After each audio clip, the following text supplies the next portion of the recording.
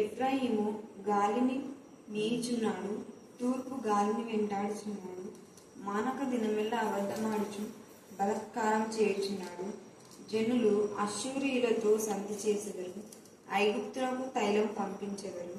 యూదా వారి మీద యెహోవాకు వ్యాజ్యం పుట్టెను. యాకోబు సంతతి వారి ప్రవర్తనను బట్టి ఆయన వారిని శిక్షించును. వారి క్రియలను బట్టి వారికి ప్రతీకారం చేయను. తల్లి గర్భమందు యాకోబు తన సహోదరుని మెడను పట్టుకోవడం. మగసిరి కలవాడే అతడు దేవునితో పోరాడని, అతడు దూతతో పోరాడి జయముందని. అతడు కన్నీరు విడిచి అతన్ని బతిమాలను. బేతేలులో ఆయన అతనికి ప్రత్యక్షమాయను. అక్కడ ఆయన మనతో మాట్లాడను. యెహోవా అని, సైన్యములకు అధిపత్యము యెహోవా అని ఆయన జ్ఞాపకార్థ నామము. కాబట్టి నీకు నీ దేవుని తట్టు తిరగవలను. కనికరమును న్యాయమును అనుసరించు, ఎడతెగక నీ దేవుని యందు నమ్మిక ఉంచును. దేవుడు ఈ లేఖన భాగాన్ని దీవించి ఆశీర్వదించుగాక. ఆమేన్. మీరు ఇచ్చిన స్వస్థ బట్టి మేము స్తుతిస్తున్నాం. ఇంకా బిడ్డ పూర్ణ ఆరోగ్యం, పూర్ణ బలం, పూర్ణ శక్తిని దయచేయమని ప్రార్థిస్తున్నాం. అంబేద్కర్ మీరు ఇచ్చిన స్వస్థ బట్టి మేము స్తుతిస్తున్నాం. దైవ చిత్రంలోకి మీరు ఇచ్చిన స్వస్థ బట్టి మేము స్తుతిస్తున్నాం. తండ్రి స్తోత్రం. ఎంతమంది బిడ్డలు ఇంకా అస్వస్థతగా బలహీనతగా ఉన్నారో వారి బలహీనత వేసినామని గర్తించి పాత్రలాగా బంధించమని ప్రార్థిస్తున్నాం. దేవ నా తండ్రి మహికి మీరు ఇచ్చే స్వస్థ బట్టి మేము స్తుతిస్తున్నాం. ఇంకా పూర్ణ ఆరోగ్యం, పూర్ణ బలం, పూర్ణ శక్తిని దయచేయగాక. దైవానికి మహిమకరమైన విధానంలో నా తండ్రి బిడ్డలు నా తండ్రి దినాన్ని మీరు వాడుకున్నారు. అందుకు నేను స్తుతిస్తున్నాం. ఈ రాత్రి వేళ ఎంతమంది ఎక్కడ వాక్యం చెప్తున్నారు, మీరు ఆటంకంలో వాక్యం చెప్పడానికి వాక్శక్తి మీరు దయచేయమని ప్రార్థిస్తున్నాం. చంద్రబాబు లేఖన భావం ఆశించి విరిచి అందరి చుట్టాలు మీరు ఫలింపచేయమని ప్రార్థిస్తున్నాం. దేవా మీ గాయపనసం తోడుగా ఉంచమని ప్రార్థిస్తున్నాం. మీ ఆత్మ ద్వారా తాకమని ప్రార్థిస్తున్నాం. మీ రక్త ప్రోక్షణ కిందకి తీసుకురామని ప్రార్థిస్తున్నాం. మరొకసారి మా ఆత్మకు, మనసుకు, శరీరమైన కర్మశుని మమ్మల్ందరినీ కూడా పవిత్రంగా చేసి మీకే మహిమ, ఘనత, ప్రభావం చెల్లించుకోమని మమ్మను ఆత్మను మీ చుట్టకే సమర్పిస్తూ మరొకసారి నా ప్రభా మీ యొక్క సన్నిధి కాంతి మాతో కూడా ఉంచేందుకు మాతో మీరు మాత్రమే మాట్లాడే ఆత్మగా ఉన్నందుకు మేము స్తుతిస్తూ నా జయిస్తున్నామని ప్రార్థిస్తున్నాం తండ్రి. ఆమేన్, ఆమేన్, ఆమేన్. హల్లెలూయా.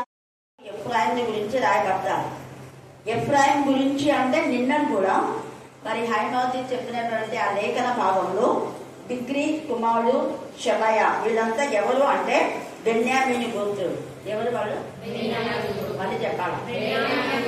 ఇక్కడ ఏమన్నాడు? ఇశ్రాయేలు సంతతికి దేవుడు ఉగ్రత అన్నాడు. స్టార్ట్ చేస్తున్నాం. ఇశ్రాయేలు సంతతికి ఉగ్రత ఎవరికైతే చెప్పండి. మళ్ళీ చెప్పాలి. ఇశ్రాయేలు సంతతికి ఎందుకు దేవుడు ఉగ్రత ఇస్తున్నాడు? దేవుడు ఇశ్రాయేలు సంతతిని ఎంతగానో ఏర్పరచుకున్నాడు, ఇష్టపడ్డాడు. తర్వాత ఎఫ్రాయిం కూడా మృదు బిడ్డ అన్నాడు.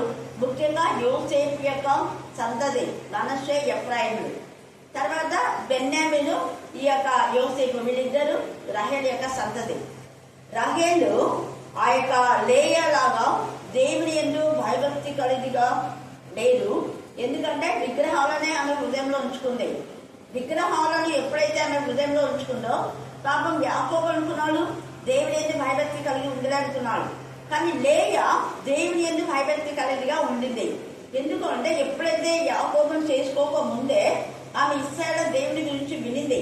తన యొక్క మరి అత్తగారు రిబ్కా, ఇస్సాకు వీరందరూ కూడా మరి ఏ విధానంలో దైవికమైన విధానంలో వాళ్ళను ఎదుగ చేస్తారో అదంతా అప్పుడప్పుడు వింటూ ఉంటారనమాట.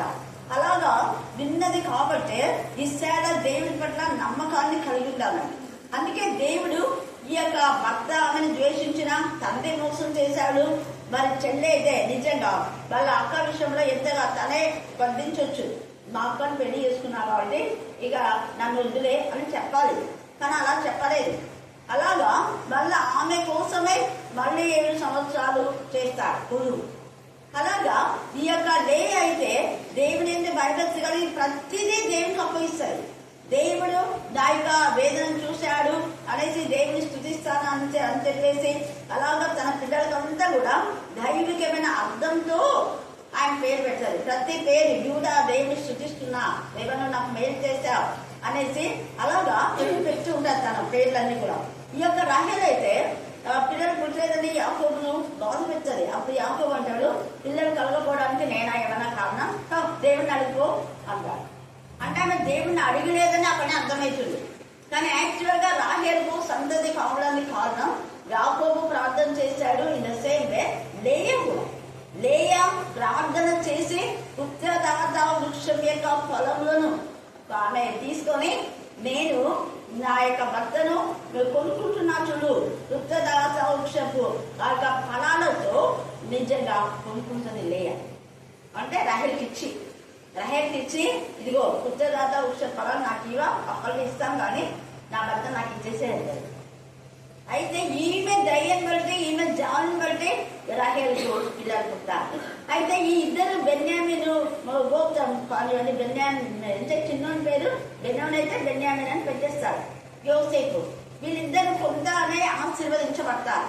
యోసేపు ఈ ఇశ్రాయేలుల 12 వాళ్ళ యొక్క అంటే గోత్రాలను రక్షించడం కోసం దేవుడు కొంత సమయంలో యోసేపును వాడుకుంటాడు.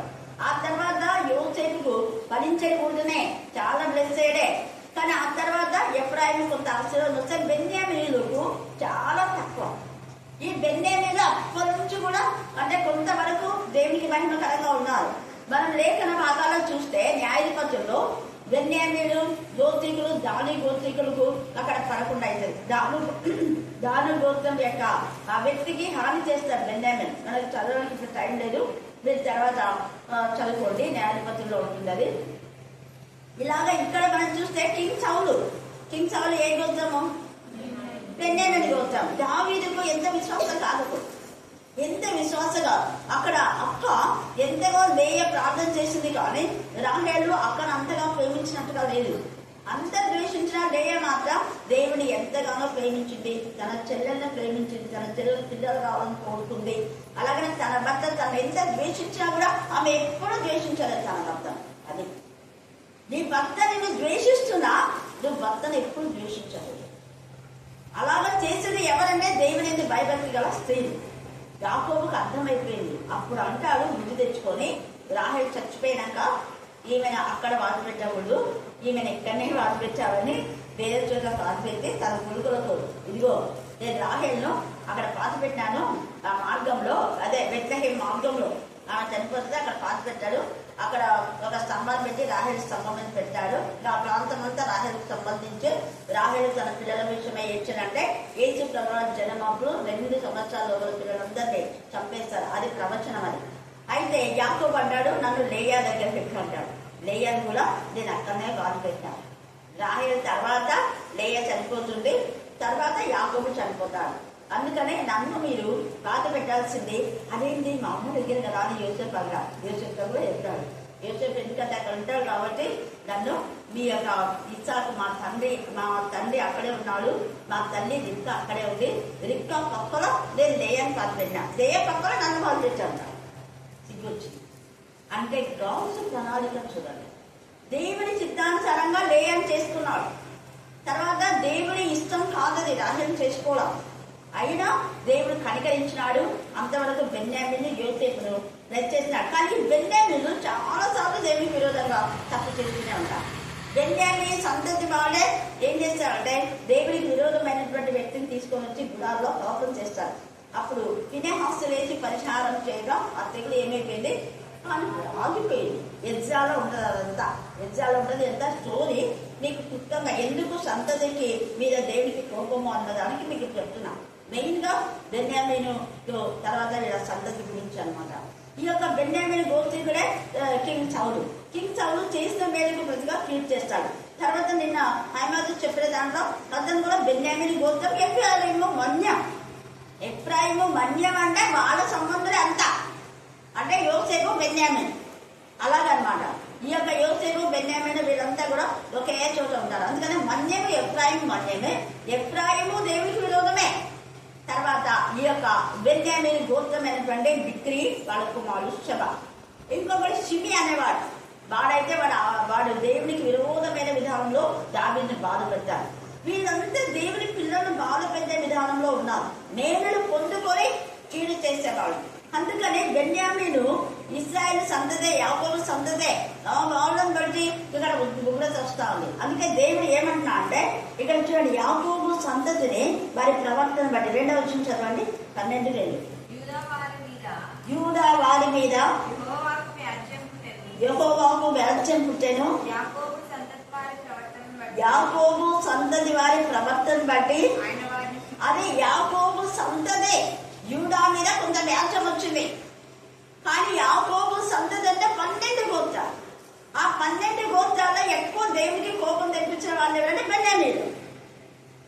అదే నిషేధించబడిన బెన్యామీను దేవుడికి కోపం తెప్పించిన అదే బెన్యామీను గోత్రం నుంచి పౌలును కొత్త నిబంధనలో ఏర్పాటు చేసుకుని ఎంత గొప్పగా ఆచరించారు.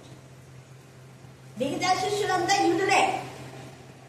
కానీ పౌలు బెన్యామీను గోత్రమైన ఎన్ని పత్రికలు రాశారు అంటే ఇదంతా హిస్టరీ తెలుసుకున్నాడు.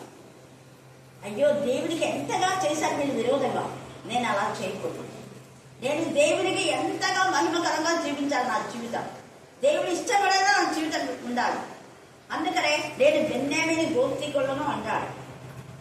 హెబ్రీయులను బెన్యామీను గోత్రం చెందిన వాళ్ళను అయితే దేవుడు నన్ను ఏర్పాటు చేసినాడు. ఎందుకంటే తృణీకరింపబడిన నన్ను, పనికి మారిన నన్ను దేవుడు ఎంతగా ఏర్పాటు చేసుకుని అన్ని విద్యలు ఈ యొక్క పౌలుకు నేర్పించినట్టుగా మనం చూస్తాం. చాలా విద్యా ప్రవీణుడు మనం చూస్తే. అలాగా ఈ సంతతిని అందరినీ కూడా ఇక్కడ శిక్షిస్తూ ఉన్నాడు. ఎందుకంటే వారి ప్రవర్తన అంతా కూడా దేవునికి విరోధంగా చేస్తూనే వస్తున్నాం. దేవుడికి అసలు నచ్చలేదు. అందుకని వారి ప్రవర్తన ఈ రాత్రి ఆలోచనలో మనం తెలుసుకోవాల్సింది ఏంటంటే, మనము దేవునికి ఇష్టమైన, దేవుని చేత ఏర్పాటు చేయబడిన దేవుని యొక్క వారి ప్రణాళికలో నిబంధన జనులమైనా కూడా నిబంధన అతిక్రమిస్తే దేవుని క్షమించారు. ఇక్కడ దేవుని పిల్లల వీళ్ళు దేవునికి ఇష్టమే, దేవుడు ఏర్పాటు చేసుకున్నాడు, నిబంధన జనులు. కానీ నిబంధన మీరు పక్కకు వస్తే దేవుని ఉగ్రత వస్తుంది. దావీదు కూడా అదే చెప్తాడు, నేను నియమించిన నిబంధన, నేను కట్టడలు నిర్మించిన ఆజ్ఞలు వాటిని అనుసరించి నీ సంతతిగా ఉంటే ఖచ్చితంగా ఈ సింహాసనం మీద ఎప్పుడు ఒకడు ఉండక మానవుడు అంటారు. కాబట్టి మీరు నిబంధన మీరి దేవునికి విరోధంగా చేస్తే నేను వారిని ఆ రోజే నేను శిక్షిస్తానంటాను. అప్పుడే రెహబాబు నుంచి ఇంకా అన్ని శిక్షలు వస్తాయి. హిజ్కియా కూడా ఈ సంతతి వాడే. హిజ్కియా తర్వాత అంతా వాళ్ళు ఈ యొక్క బబులోనుకు వెళ్ళిపోతారు. ఆ అంటే బాబేలు గోకులం దగ్గరనే ఈ బబులోన్ అంతా, అక్కడ ఆ ప్రాంతం అంతా కూడా ఐగుప్తు. ఈ యొక్క బబులోనుకు తీసుకుని ఐగుప్తు మళ్ళీ పక్కకు ఉంటుంది. ఈ యొక్క బబులోనుకు కొనిపోతే అక్కడంతా కూడా వాళ్ళు నపుంసకుగా చేయబడతారు, శాపం. అందుకే సంతతిని శిక్షించుతుంది. యాకోబు సంతతి వీళ్ళంతా కూడా. యాకోబు సంతన వరుసగా రాజుల క్రమంతా మనం చూసిన ఒక తర్వాత హిజ్కియా తర్వాత ఇంకా అదంతా కూడా రాజ్యం అంతా కూడా కొలాప్స్ అయిపోతుంది, నెబుకద్నెజర్ చేతిలోకి వెళ్ళిపోతుంది.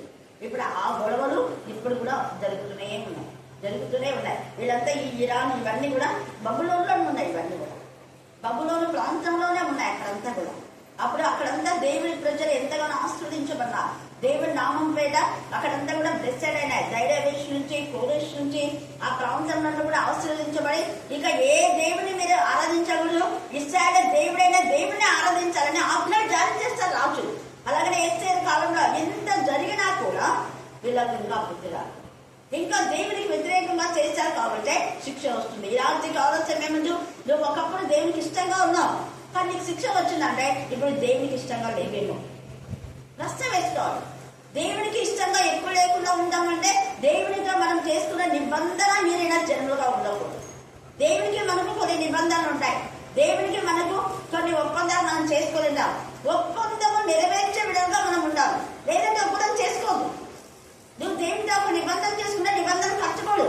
ఇక్కడ ఎప్పుడైనా ఏం చేస్తున్నాడు, అబద్ధాలు మాట, ఎన్ని అబద్ధాలు చూడండి, అబద్ధాల కోరి. అందుకనే ఇక్కడ అంటున్నాడు చూడండి, ఎంత చక్కగా చెప్తున్నాడు. 12వ అధ్యాయము 1వ వచనం.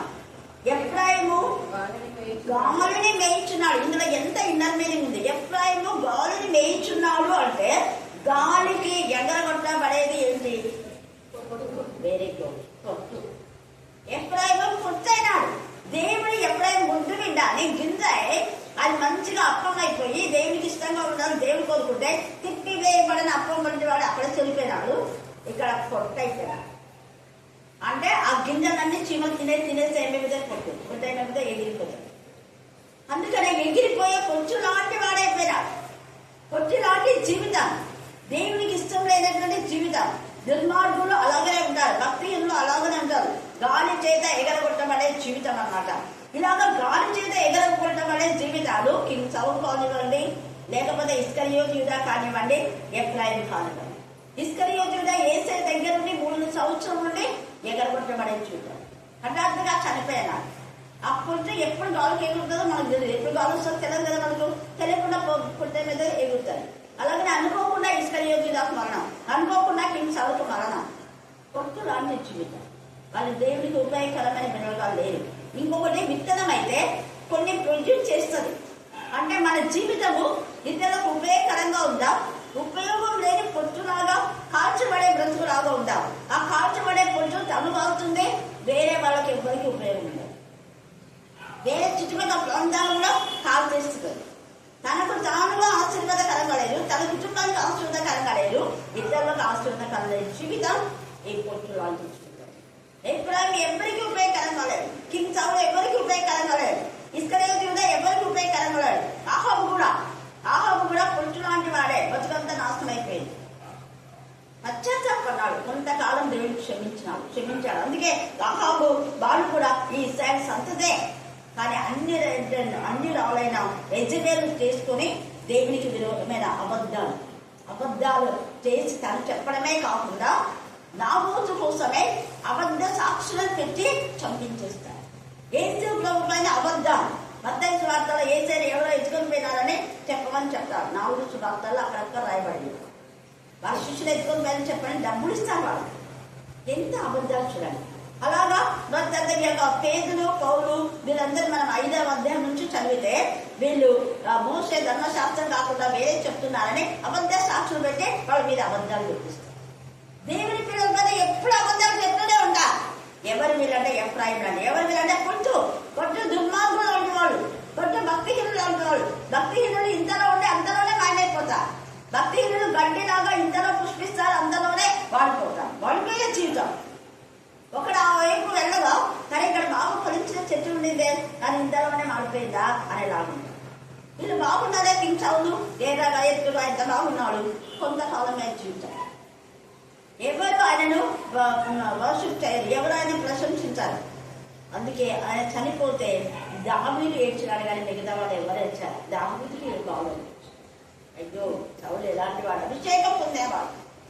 అభిషేకం పొంది దేవునికి విరోధమైన నీచమైన కార్యం. మన దేవుని సన్నిధికి వచ్చి వాక్యం చదివి ప్రార్థన చేసి పాటలు పాడి దేవుని బిడ్డలు అనిపించుకొని ఇలా కింగ్ సౌలులాగా మన హృదయంలో కూడా విషయాన్ని పెంచుకుంటున్నామేమో. యథార్థంగా ఉండాలి మాట్లాడేవాళ్ళంటే. ఇప్పుడు నేను ఎవరినన్నా మీరు గద్దించాలంటే మీరు లేనప్పుడు గద్దిస్తానా, మీరు ఉన్నప్పుడు గద్దిస్తాను? గట్టి చెప్పాలా, మళ్ళీ చెప్పాలా? ఉన్నప్పుడు. ఎదుట ఇప్పుడు ఎవరైనా ఉదాహరణ శాలం గురించి మాట్లాడాలంటే శాలం ఉన్నప్పుడు మాట్లాడాలా, లేనప్పుడు మాట్లాడాలి? ఉన్నప్పుడే గద్దించి చెప్పినాను. శాలం లేనప్పుడు మాట్లాడాలంటే వాళ్ళు ఎలాంటి వాళ్ళు? ఇంకా ఏం చేయొచ్చు? శాలం కోసం ప్రార్థన చేయొచ్చు, తప్పలేదు. ఇంకా వేరే ఫ్యామిలీస్ ఉంటాయి, తప్పలేదు, ప్రార్థన చేయొచ్చు. నేను అప్పటికి చెప్పాను, నేను ఫస్ట్ భర్త గురి వాళ్ళు తాముడు మానే వరకు మౌనంగా ఉంటూ దేవుని సన్నిధిగా ప్రార్థన చేసుకున్నాను. కానీ నాకు తెలిసి రేపు ఆ బాబా కూతురి బర్త్డే ఆమె పోయిందని నేను అనుకుంటున్నాను. దేవుడికి తెలిసింది. ఫ్రాంక్గా వెళ్తారు, కొంచెం బాగా చూస్తే అసలు ఉంది కానీ కొంచెం జ్ఞానంతోనే ప్రవర్తిస్తారు కొన్ని విషయాలు. హల్లెలూయా, హల్లెలూయా. మన హైమాన్ చెప్పినట్టుగా ఇంటికి రాస్తుంది. మరి ఇంటికి పోయిందో తర్వాత తెలుస్తుంది, ఇప్పుడు తెలియదు. సరే, ఇక్కడ మనం చూస్తే వీళ్ళంతా గాలి లాంటి అబద్ధం చెప్తున్నారు. అబద్ధమాలు పెదవులు యెహోవాకు ప్రకటన 21:8 ఏముంది చదవండి. అబద్ధాలు ఎప్పుడు చెప్పొద్దు. నేను మళ్ళీ చెప్తున్నా, మన మాట అవునంటే అవును అంతే ఉండాలి. ఇక్కడ ఒక మాట, మనం లేనప్పుడు మాట, మనుషులు ఉన్నప్పుడు మాట, లేనప్పుడు మాట చెప్పకూడదు. అట్లాంటి వాళ్ళని దేవుడికి క్షమించాడు. తిరిగి వాళ్ళు అంటే ధైర్యంగా మనుషుల ఎదుట మాట్లాడలేదు. లేనప్పుడు వాళ్ళ గురించి మనకు ఎందుకు? ప్రార్థన కోసం చెప్పొచ్చు. ఇప్పుడు నేను వాళ్ళు లేకపోయినా ప్రార్థన చేయండి అని చెప్తున్నాను కదా. తర్వాత అవిశ్వాసం, వాళ్ళకి విశ్వాసం లేదు. విశ్వాసం ఉంటే వాళ్ళ గురించి మాట్లాడుకోవాలి. అవిశ్వాసులు, అసహ్యులు, నరహంతకులు, వ్యభిచారులు. నరహత్య అంటే దేవుడు ఎన్నిసార్లు అంటున్నాడు కదా, ఎన్నిసార్లు ఆయన శిరోధిస్తున్నారు. మనం ఎందుకు నరహత్య అంటే తిరుగుబాటు. చెప్పింది చేయక వేరే పని చేయడమే నరహత్య అంటే. తిరుగుబాటు మనస్తత్వం. ఎన్నిసార్లు దేవుడు నొచ్చుకున్నాడు. మరణం వల్ల సెలవు వేస్తున్నామేమో ఏసైని చూడండి. మాంత్రికులు, విగ్రహారాధికులు, అబద్ధికులు అందరూ. ఈరోజు అనిల్ వచ్చి మా స్టూడెంట్ వీధికులుగా పెట్టండి మేడం అన్నాడు. అనారోగ్యంతో వచ్చిండు.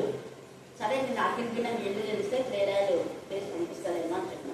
అంటే రిజిస్టర్ చేపిస్తారు మీరు అర్జున్ అని. హల్లెలూయా హల్లెలూయా.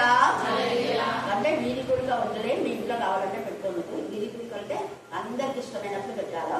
ఒకరికి ఇష్టం ఉంటే ఒకరికి ఇష్టం లేకపోతే నేను పెట్టాను అలా. అప్పుడు పెట్టేదాన్ని అక్కడంతా వీధికులుగా. గుర్తొచ్చింది దానికి. పాపం అడిగింది, మీ ఇంటి వరకు పెట్టించుకొని మాకు కావాలైతే అని చెప్పాను. ఎందుకు నేను చెప్తున్నానంటే ఆ ప్రాంతం అంతా కూడా దేవుడికి, అంటే షేమ్ ఉన్నాడు కదా, షేమ్ వాళ్ళకి ఆ ముందంతా అందరూ దేవుడిని బయలుదేరి కానీ ఒకరి మీద ఒకరి చేతి వాళ్ళు తీసేది ఇవే ఉన్నాయి అక్కడ. ఆ ప్రాంతం అంతా ఎప్పుడైనా మీరు పోండి, నిమ్మకాయలు కనపడతాయి, కుండలు కనపడతాయి, కొబ్బరికాయలు కనపడతాయి. చూసినారా ఎప్పుడైనా? చూసినారా? నేను అప్పుడు పోయేదాన్ని కాదు, ఇంటికి పోతుంది.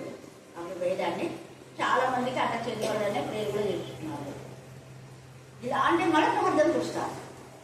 అయితే వాటన్నిటి నుంచి దేవుడు తన బిడ్డలను వినిపిస్తారు. అందుకని ఇక్కడ అబద్ధికులు వీళ్ళందరినీ కూడా దేవుడి నరక అగ్నిగంధకంలో పడేస్తారు. ఈ ఎఫ్రాయిము ఎప్పుడు అబద్ధాలు, ఇస్కరియోతు కూడా ఎప్పుడు అబద్ధాలు. అందుకనే చూడండి, అంటే యేసయ్య ముందేమో ప్రేమించినట్టుగా నటిస్తారు, మళ్ళీ బయటికి పోయి గాలి మేయవాడు, బయటికి పోయి ఏమేమో చేస్తున్నాడు. అతను కూడా ఎలా ఉన్నా అంటే గాలిని మేయించున్నాడు. అతని కష్టార్జితం అంతా పోయింది, గాలికి ఎగరబడ్డపోయింది. దేవుడి ఎందుకు మహిమ భక్తి లేకుండా మనం ఉంటే మన కష్టార్జితం గాలికి ఎగరబడిపోతుంది. ఎట్లా పోయిందో తెలియదు. డబ్బులు ఈరోజు ఇస్తామనుకో గంట లోపల అయిపోయింది, ఎట్లా అయిపోయిందో తెలియదు. సర్దుబాటు జీవితం ఉండదు కొంతమంది, ముఖ్యంగా స్త్రీలకు. దుబారా ఖర్చులు 500 ఇస్తే 500 అయిపోయింటాయి, 1000 ఇస్తే 1000 అయిపోయింటాయి. ఎక్కడ కొట్టేసుకుంటారు, కొట్టులాగా ఎగిరిపోతుంటారు. ఎట్లా ఖర్చు ఉందో వితౌట్ దేర్ నాలెడ్జ్ మనం సంపాదిస్తుంటారు, ఎట్లా పోతుంటుందో తెలియదు. తర్వాత చూడండి, ఇక్కడ ఎంత చెప్తున్నాడు, అబద్ధం ఆడుచు బలత్కారం చేయించున్నాడు. ఒకటేమో అబద్ధం ఆడుచున్నాడు, రెండవది ఏం చేస్తున్నాడ, బలత్కారం చేయించున్నాడు. మూడవది జనులు అమోఘీయులతో సంధి చేసేది. ఈ జనులు ఏం చేస్తున్నారు, అమోఘీయులతో అంటే అన్యులతో సంధి చేసే బ్రతుకు. ఎంత మానవకరమైన విషయం చూడండి. ఇలాగ చేస్తే ఇంకా దేవుడు ఎలాగ క్షమిస్తాడు. ఈ ఎఫ్రాయిం కూడా యూదా సంతతే కదా, యాకోబు సంతతి. అందుకనే దేవుడు బాధతో మాట్లాడుతున్నాడు. పైననేమో నేను ఎఫ్రాయిని శిక్షించకుండా నన్ను నేను ఎంతగా టాలరేట్ చేసుకున్నా అంటే 40 రాత్రి మగళ్ళు వర్షం వచ్చి అందరినీ చుట్టేసినప్పుడు దేవుడు నిబంధన చేసుకుంటాడు. ఇక మీద నేను కోపించకుండా ఆ ఇంద్రధనస్సు ఎప్పుడైతే వస్తుందో వెంటనే దేవుడు కోపాన్ని అంచుకునే రాగా నినివే పట్టణస్థులు చేసింది పశ్చాత్తాపడితే ఆయన కోపాన్ని అంచుకొని వాళ్ళని క్షమించాడు. కానీ ఎఫ్రాయిము కోపం మీద కోపం తెప్పిస్తున్నాడు. అయినా కూడా దేవుడు కనికరించాలని ఈ 10వ అధ్యాయంలో పైన ఎట్లా నేను ఎఫ్రాయిమును బాధపెట్టును అంటాడు. ఎంత ప్రేమ కలుగుతాను, ఇంత చేసినా కూడా ఎంత ప్రేమ చూడండి తండ్రికి. 8వ వచనంలో 10:8 అంటాడు. 10వ అధ్యాయం 8వ వచనం చదవండి. 11వ అధ్యాయం 8వ వచనం. 11 ఎఫ్రాయిము నేను ఎట్లు నిన్ను విడిచిపెట్టును, ఇంత చేసినా నేను ఎలా విడిచిపెట్టాను, నా ముద్దు బిడ్డవా, నీకు నడకలేదునా, నేను నీకు భోజనం నేను తినిపించింది నేనే. ఇదంతా కూడా 11 చేయి పట్టుకుని నడక నేర్పిన వాళ్ళు కౌగులించుకున్నాను, స్వస్థపరిచిన వాళ్ళను అన్నీ ఉన్నాయి ఇక్కడ.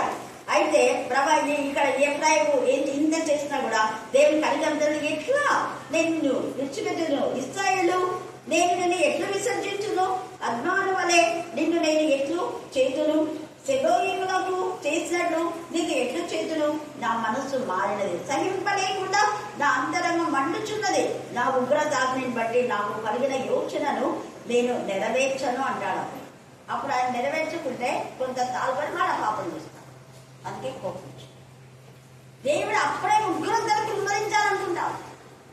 దేవుడు ఇచ్చిన కనికరాన్ని బట్టి, ఆయన చూపిన జాలను బట్టి, ఆయన చూపిన దయం బట్టి పాపం వెంట పాపం. రోమ 6 అంటాడు, కృప విస్తరించవలనే పాపం చేయడమా అట్లా అంటాడు. దేవుడు కృప చూపిస్తున్నాడనే పాపం వెంట పాపం చేస్తామా అట్లా రాదు. ఎంత బాగా చెప్తున్నాడు. అపోస్తలుడైన పౌలు రోమీయులకు రాసిన 6వ అధ్యాయంలో. మరి 8వ అధ్యాయంకి వచ్చేసరికి ఇప్పుడు క్రీస్తు చేసినంత వారికి మాత్రమే శిక్ష విధులైంది. క్రీస్తులో ఉంటేనే ఏ సమయంలో ఏసై వస్తాడో మనకు తెలియదు. ఆయన వచ్చే సమయంలో నీవు క్రీస్తుల గురించి ఆలోచించకపోతే నీ బతుకంతే నాశనం. అందుకే ఇప్పుడు ఇప్పుడు ఇప్పుడు అంటున్నాడు. ఇప్పుడు క్రీస్తు, అందుకే అది తెలిసే ఎల్లప్పుడూ నేను నా ఎప్పుడు నా ప్రభుని ఉంచుకున్నామని అర్థం. తర్వాత మనం చూస్తే 12వ అధ్యాయం దగ్గరికి వస్తే 4వ వచనం చదవండి. ఇక్కడ యాకోబు గర్భంలోనే, తల్లి గర్భంలోనే తన జ్యేష్ఠత్వం కావాలని ఎంత ఆసక్తి చూడండి, ఎంత ఆశపడినాడు. 3వ అధ్యాయంలో తల్లి గర్భమందు యాకోబు తన సహోదరుని మెడమేల తలుచుకొనెను, మగసిరి కలవాడై అతడు దేవునితో పోరాడాడు. ముందర వాళ్ళన్న మెడని పట్టుకొని వాళ్ళన్న ముందుకు పోకుండా పట్టుకున్నాడు. మళ్ళీ దేవుడు వదిలించినాడు. ఎట్టకేళ్లకు వాళ్ళని ముందు వచ్చినాడు. తర్వాత యాకోబు వచ్చినాడు, చిన్నవాడు అయిపోయాడు. అప్పుడు జ్యేష్ఠత్వం తీసుకున్నాడు కదా, ఎట్లయినా తీసుకోవాలని పడినట్టు కావాలి. దానికి తగులో వాళ్ళ తల్లి దగ్గర ఎక్కువ ఉంటాడు, తండ్రి దగ్గర ఇక్కడ ఈతలు ఉంటాడు. అందుకనే ఏం చేస్తున్నాడు, ఏశావేమో తండ్రికి ఇష్టంగా ఉన్నాడు, యాకోబేమో తల్లికి ఇష్టంగా ఉన్నాడు. అందుకని జ్యేష్ఠత్వాన్ని పోగొట్టుకున్నాడు. బయట గాలిని వేస్తున్నాడు, బయట తిరిగేవాడు, బయట తిరుగుతున్నాడు. కాబట్టి ఏశావు ఎప్పుడైనా వీళ్ళంతా మొక్క క్యాలతో చెందినటువంటి వాడు. బయట తిరిగి దేవుని యొక్క ఉగ్రతను గురైపోయాడు. యాకోబు అయితే తల్లి దగ్గర ఉండి రిబ్కా దేవుని నుండి భయభక్తిగల కుమారుగా పెంచింది. యాకోబు చిన్ననాటి నుంచి దైవ భయంగా పెరిగాడు. కొంతకాలం దేవుని విసర్జించాడు, 20 సంవత్సరాలు భార్య కోసం. భార్యనే ఉంది హృదయంలో. ఏడ కూర్చున్నా తెలిసిన అంతవరకు దేవుడు జ్యేష్ఠత నాకు తిండి కూడా వద్దు అనుకొని సంపాదించుకున్నానని యాకోబు. రహేలు కనపడుతుంది, కూర్చున్నా రహేలే, నిలవన్నా రహేలే, అనుకున్నా రహేలే. హృదయం అంతా రహేలు అయిపోయింది. అందుకనే 20 గంటల్లో దేవుడు మాట్లాడాడు, నువ్వు రహేలే అనుకో, మరి రహేలే నువ్వు బాపడుతుంది అనుకున్నావు. తర్వాత తప్పు తెలుసుకున్నావు, దేవునికి పశ్చాత్తాపడి ఇక్కడ గౌరవుతున్నావు. అనేది యాకోబు నువ్వు ఆశీర్వాదాలు పొందినా కదా, మళ్ళీ నేను ఆశీర్వదించదు లేదు ప్రభా, నాకు అర్థమైపోయింది, ఇప్పటి నుంచి నా హృదయమంతా నువ్వే ఉండాలి అనేసి అప్పుడు ఏం చేస్తాడు, తల్లి గర్భమందు యాకోబు తన సహోదరుని మెడలను పట్టుకొనేను, మగ సిరి గలవాడై అతడు దేవునితో పోరాడను, అతడు దూతతో పోరాడి జయించను. అంటే అడ్డుగోలుగా ఏం తెచ్చుకోలేదు, నేను న్యాయంగానే తెచ్చుకున్నా, కాకపోతే దేవుని ఆశీర్వాదాలు కావాలన్నా. దేవుని ఆశీర్వాదాలు లేకుండా నేను ఏం తెచ్చుకున్నది వేస్టే అనుకున్నాడు. ఇప్పుడు దేవుని పైన ఆధారపడుతున్నాడు. జయించను అనే మాట అర్థం ఏంటంటే నిజంగా దైవదూతను జయించిన వాళ్ళు అన్నది కాదు, అక్కడ సమాధానం. జయించనంటే సమాధానం. హల్లెలూయా, హల్లెలూయా, హల్లెలూయా. దేవునితో పోరాడి దేవుని నేను గెలిచలవుతాను, దైవదూతను గెలిచలే. ఇది ఇలాగా ఉంది, కానీ ఇంగ్లీష్లో పీస్, ఇద్దరికి సమాధానం. అందుకే దేవునితో ఎప్పుడైతే మనకు సమాధానం వస్తుందో మనం ఇతరులతో కూడా సమాధానం వస్తుంది ఖచ్చితంగా. దేవునితో సమాధానం లేని వారికి వాళ్ళ ఇంట్లో సమాధానం ఉండదు, వేరే వాళ్ళతో కూడా సమాధానం ఉండదు. ఇతర దేవునితో సమాధానం పన్నాక వాళ్ళందరికీ ఎలా కనుక్కున్నాం అంటే దూతలా కనుక్కున్నారు. 32వ అధ్యాయం చదివితే 32-30 బాగా చదవండి. అప్పుడు అంటాడు కదా ఏశావు యాకోబుని చూసి, ప్రభువు అరే నేను చూస్తే ప్రభుని చూసినట్టుందిరా, అవునన్నయ్య, మరి అప్పుడు చంపుతానంటే కదండి. అప్పుడు ఏమోనా, కానీ ఎప్పుడైతే నీకు కనపడుతుంది.